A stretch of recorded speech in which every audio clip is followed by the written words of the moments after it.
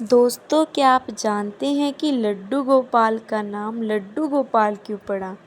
तो इस कथा को ध्यान से सुनिएगा कि लड्डू गोपाल को आखिर लड्डू क्यों कहा जाता है।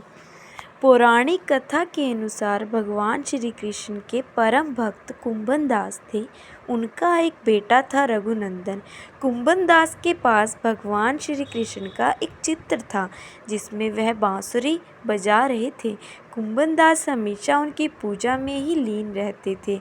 वह अपने प्रभु को कभी भी कहीं छोड़कर नहीं जाते थे। एक बार कुंभन दास के लिए वृंदावन से भागवत कथा के लिए बुलावा आया। पहले तो कुंभन दास ने उस भागवत में जाने से मना कर दिया, परंतु लोगों के आग्रह करने पर वे जाने के लिए तैयार हो गए। उन्होंने सोचा पहले वे भगवान श्री कृष्ण की पूजा करेंगे, उसके बाद वह भागवत कथा करके अपने घर वापस लौट आएंगे। इस तरह से उनका पूजा का नियम भी नहीं टूटेगा। कुंभन दास ने अपने पुत्र को समझा दिया कि मैंने भगवान श्री कृष्ण के लिए भोग तैयार कर दिया है, तुम बस ठाकुर जी को भोग लगा देना। इतना कहकर वह वहाँ से चले गए। कुंभन दास के बेटे ने भोग की थाली ठाकुर जी के सामने रख दी और उनसे विनती की वह आए और भोग लगा ले। रघुनंदन मन ही मन ये सोच रहा था कि ठाकुर जी आएंगे और अपने हाथों से खाएंगे जैसे सभी मनुष्य खाते हैं। कुंभन दास के बेटे ने कई बार भगवान श्री कृष्ण से आकर खाने के लिए कहा, लेकिन भोजन को उसी प्रकार से देखकर वह निराश हो गया और रोने लगा। उसने रोते रोते भगवान श्री कृष्ण से कहा कि भगवान आकर भोग लगाइए। उसकी पुकार सुनकर ठाकुर जी ने एक बालक रूप रखा और भोजन करने के लिए बैठ गए, जिसके बाद रघुनंदन के चेहरे पर मुस्कुराहट आ गई। वृंदावन से भागवत करके जब कुंभन दास घर लौटा तो उसने अपने बेटे से प्रसाद के बारे में पूछा।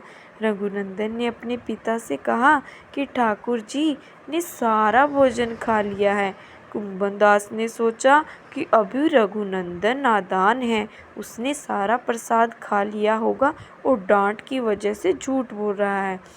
अब रोज कुंभन दास भागवत कथा के लिए जाते और शाम तक सारा प्रसाद खत्म हो जाता था। कुंभन दास को लगा कि अब उनका पुत्र कुछ ज़्यादा ही झूठ बोलने लगा है, लेकिन उनका पुत्र ऐसा क्यों कर रहा है। कुंभन दास ने एक दिन लड्डू बनाकर थाली में रख दिए और दूर छिपकर देखने लगे। रघुनंदन ने उस दिन भी रोज की ही भांति ठाकुर जी को आवाज़ दी और ठाकुर जी एक बालक के वेश में कुंभन दास के बेटे के सामने आ गए। रघुनंदन ने ठाकुर जी से फिर से खाने के लिए आग्रह किया, जिसके बाद ठाकुर जी लड्डू खाने लगे। कुंभन दास जो दूर से इस घटना को देख रहे थे, वह तुरंत ही आकर ठाकुर जी के चरणों में गिर गए।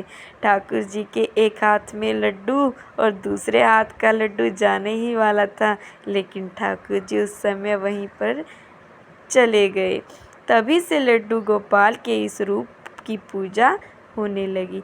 छठी के दिन इस कथा का पाठ करने से कन्हैया प्रसन्न होते हैं और श्रद्धालुओं की सारी मनोकामना पूरी करते हैं। बोलो जय श्री राधे, लड्डू गोपाल की जय।